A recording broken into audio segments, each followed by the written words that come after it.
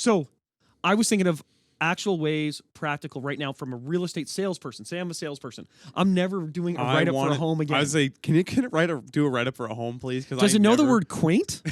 Can it say lots of potential and great bones? Yeah, exactly. Expansive. Huge. Yeah. Does it have a lot of synonyms for large? Can it spell en suite wrong? Because that's how you get that real, authentic realtor flavors when someone spells en suite, ONSWEETT.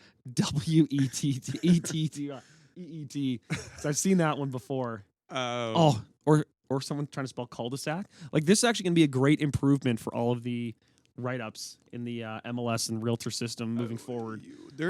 You've seen some stuff. I guess that's like autocorrect, but there's a lot of these now that will help you rewrite your essays and stuff. Like you write your essay, submit it, and then it'll rejig the whole thing. And I think that's along the same concept because they can take out, basically they learn what each portion of your paragraph means in your lines and they reorganize them. Anyways, applying to the real estate agent side, first things first, we think the descriptions, I honestly don't think you can redo descriptions for a long time. Maybe you input all the images. Yeah. How couldn't it? Because here's the problem is like when you put in all the images, it's going to be like, okay, we need to determine, like, how's it going to determine if an image is good or bad? And it's going to be like huge water stain on ceiling. Shitty power bills. Shag carpet featuring urine stain. Yeah. No, but I think, honestly, if you input all the information, right? So when we're filling out a listing, we have to input number of bedrooms, number of bathrooms, yes, all location, that stuff. right? So it's going to look up the location. It's going to look up the fact that it has waterfront. Like, look if it was trying to describe your home. You put in the address. It'd be like 3,000 square foot lake home in Fall River with 5 bedrooms and 3 baths. Like, it could generate but it's also all of not that. going to be. It's going to be like, actually, 4 of them aren't egress windows, so it's actually a 1-bedroom plus 4 den home. Like, bad computer, bad. So it's gonna like suss everybody out. It'd be like, I don't know. It'll like permits not pulled for addition. Like it's gonna be able to. Seller was recently on Reddit again. Maybe it'll make the original, like the first draft. Yeah. Oh, and 100%. then you can take the first draft and you go through and you edit and you're like, actually, nobody needs to know that the roof's 35 years old. But seller carries $450,000 of debt, needs to sell. Highly motivated.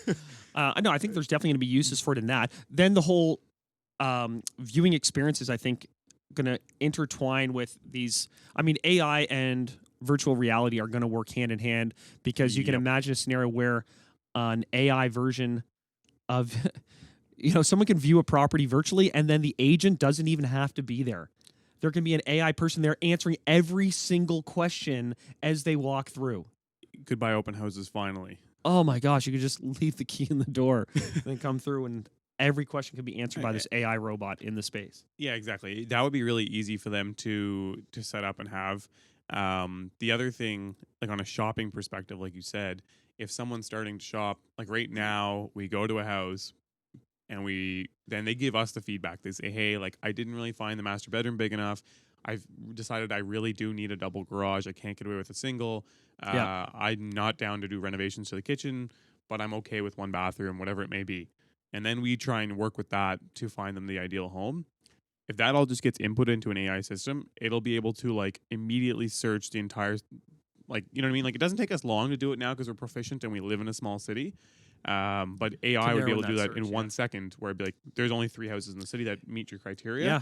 And here they are, which I think will be really helpful also for clients where it's like, you don't have to be set by this. Like, don't think, okay, now I can only look at those 3 houses, but it will tell you like, these are your ideal homes. Yeah. Take a peek at these. And then you're like, they don't fit my budget or they don't necessarily fit what I want exactly. Or like this one next door, because I was looking in this area now, actually fits it. So it might make searching a lot more intuitive. And I mean, I think we're already experiencing that with like a lot of the tools that we have. Again, like the Zestimates and like the viewpoints of the world are already using a lot of data to allow us to shop a lot easier. Like you probably can speak to shopping pre these Zillows and viewpoints, and it must have been hell to try and go through everything. Like I only know that where literally most of my clients will call me and they've already sussed out every house in the city and they've narrowed it down to like 3.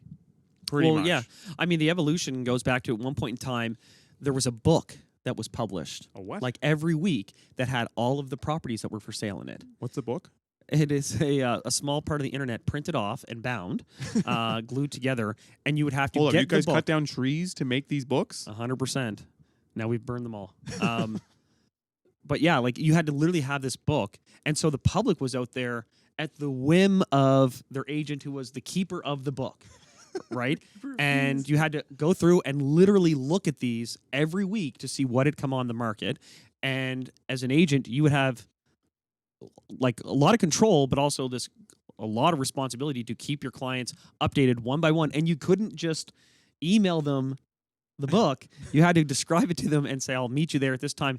It was a disaster. And then slowly things moved online, and then automated searches like that you can set up that are a form of AI at a really, I mean, they don't think because you're inputting the information for you, but now they're going to evolve and slowly sharpen the tools like you mentioned. So if someone's constantly declining properties, that it'll read, okay, why are they declining these? It has to do with the level of finish, or it has to do with the location, or it has to do with the square footage. Those are going to slowly be refined out of the search results. It's going to be a powerful tool. Imagine a world where you're able to have ChatGPT find 5 listings for you, then you slap on your headset, and in all of 10 minutes, you walk through all 5 houses, and now you don't have to spend 4 hours driving around looking at a bunch of houses that you may not want. But and also, then you as pick you're out, going you pick out your through- top 2, and then you could just go and see the top 2. But as you're going through, you also say, what is the flooring here? It's like, oh, well, this is oak in the main living area. All the bedrooms are Microsoft laminate, Sam. and there's ceramic tile in the bathrooms. Like, you'll be able to have all these questions. How old's the roof? Boom, answer right on the spot, right on the spot. It's going to be incredibly powerful. And then the whole follow-up dialogue. How many times as agents do we get these requests that come through? Hey, can you get the following information from the selling side? And it's 5 different questions. And then we have to take that and we go to the seller's agent. The seller's agent goes to the seller gets back to the seller's agent. The seller's agent gets back to us. We get back to the client. Right? It's this pass the secret game. It will reach a point where all that information could just be, readily transferred. Same with quotes and stuff. If someone, you could be Quotes, walking through and you can just 100%. be like, yo, ChatGPT, I'm using ChatGPT as an example, but obviously it'll be a different platform. But how much would it be to do laminate in this bedroom? Yeah. Based on your area and current market rates, we expect somewhere between $500 to $800. Yeah. Like, it would be able to answer all of those things, which in some ways, again, I'm like big on the death of the realtor. Like, I don't know if it's going to be the full death of the realtor, but I think our roles will change dramatically. Okay, absolutely. And even We like talked about this negotiation, like I think that's going to start to slim out. Yeah. Because you're going to start seeing like it'll kind of reduce. Like, this is my concern with it on the negative side, is it reducing like the opportunity for deals. Like right now, back when you had the book, You could swindle. You Like, could- the you deals could- that could have been had. there were deals that could be Yeah. had and you could swindle, and a good agent could literally change your game by hundreds of thousands of dollars. Yeah. And you might find stuff that a bunch of people somehow overlooked. Yeah. Like maybe the book it just didn't get sent out properly or whatever. And so there's opportunities like that. Then the websites really reduce that now. Like almost nothing squeaks through the cracks, right? It's never like, Yep. oh yeah, I went on realtor.ca and Viewpoint and Zillow. No one happened to see it. And no one noticed Yeah. it. It's like every time, the second it gets posted, 30,000 views. So like everybody sees these homes now.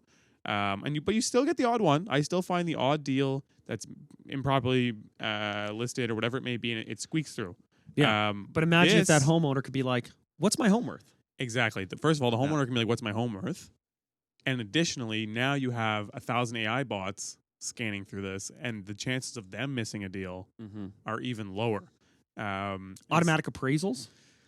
Yeah, automatic appraisals. Like it's gonna have. I mean, we're already again same thing. We already see some of this because they do have automatic appraisals taking place, and they will lend against them. And again, Zillow was proven to be faulty. Yeah. Right. So it's not foolproof yet. But look at how advanced this is becoming, and the more data that gets input into it, the stronger it's going to continue to refine. But I always have this situation where you kind of hand a client off to someone. Maybe it's another agent. Maybe it's the lawyer. Maybe it's the mortgage professional. Maybe it's Your AI bot. well, you always worried like, oh gosh, as someone, I'm a control freak, right? So I like to handle everything myself, and I struggle to give up control because I don't know how the next person's going to answer the questions. Will they answer it how I want to answer it? Yeah. If this thing is that good, it can deal with all this stuff like, hey, when can we book our inspection? You can book an inspection whenever is good for you. What time works for you? Like all these automated responses. Like you could literally set up a phone account that someone could text to that all the responses are AI. It says, hey, I would like to book a showing on this property. The AI bot could go out and request the showing. And I know you think that that sounds crazy, No, but it's not far it off. doesn't sound crazy at all. What's going to happen is you're going to have something listen to you for 2 weeks and determine how you answer all the questions, and it'll literally mimic. You don't even have to necessarily input it. Yeah. You will do the inputting by just living your life, and it'll copy everything you do. 100%. Even my phone right now. There's because a robot that comes in here that looks like Chandler, but I won't know for sure if it's Chandler well, or you look his a little AI. bit suspicious here with no beard. Okay, nobody look. You look you look naked. Little newborn Neal over here.